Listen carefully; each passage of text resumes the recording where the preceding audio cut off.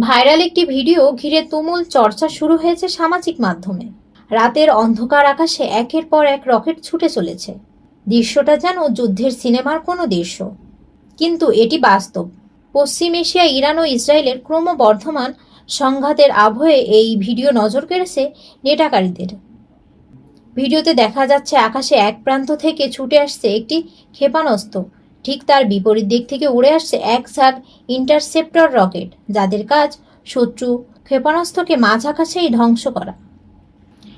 একটি নয়, 10টিরও বেশি ইন্টারসেপ্টর ক্ষেপণাস্ত্রটির পথ আটকানোর চেষ্টা করে। মাঝ আকাশে আতশবাজির মতো ঝলসে উঠেছে আগুনের ফুলকি, চারদিকে হলুদ স্ফুলিঙ্গ ছড়িয়ে পড়েছে।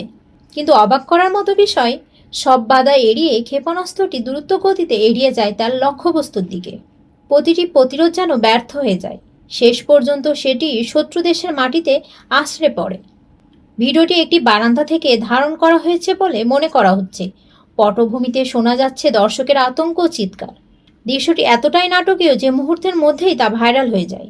রেডার হিটস নামের একটি এক্স হ্যান্ডেল থেকে পোস্ট হওয়ার কয়েক ঘন্টার মধ্যেই কয়েক লাখ বার দেখা হয়েছে ভিডিওটি।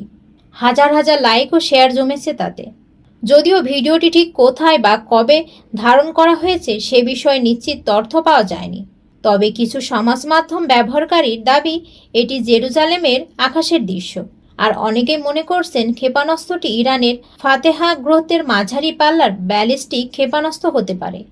এই ধরনের ক্ষেপণাস্ত্র অত্যন্ত দ্রুতগতি এবং লক্ষ্যবস্তুর এলাকায় প্রবেশের পর আকাশে প্রতিরক্ষা ব্যবস্থার ইন্টারসেপ্টর এড়িয়ে যেতে সক্ষম। সংবাদ মাধ্যম সূত্রে জানা গেছে, রবিবার গভীর রাতে জেরুজালেমের একটি প্রধান সড়কে ক্ষেপণাস্ত্র আঘাত হানলে কয়েকজন আহত হন। পুরো ঘটনাটি আবারও প্রমাণ করে আকাশযুদ্ধ এখন কতটা প্রযুক্তি নির্ভর এবং কতটা জটিল। একদিকে আক্রমণ, অন্যদিকে প্রতিরোধ, আর মাঝখানে কয়েক সেকেন্ডের সিদ্ধান্তই বদলে যেতে পারে পরিস্থিতি। এই ভাইরাল ভিডিও এখন শুধু একটি দৃশ্য নয়, বরং চলমান সংঘাতের এক তীব্র প্রতীক হয়ে উঠেছে।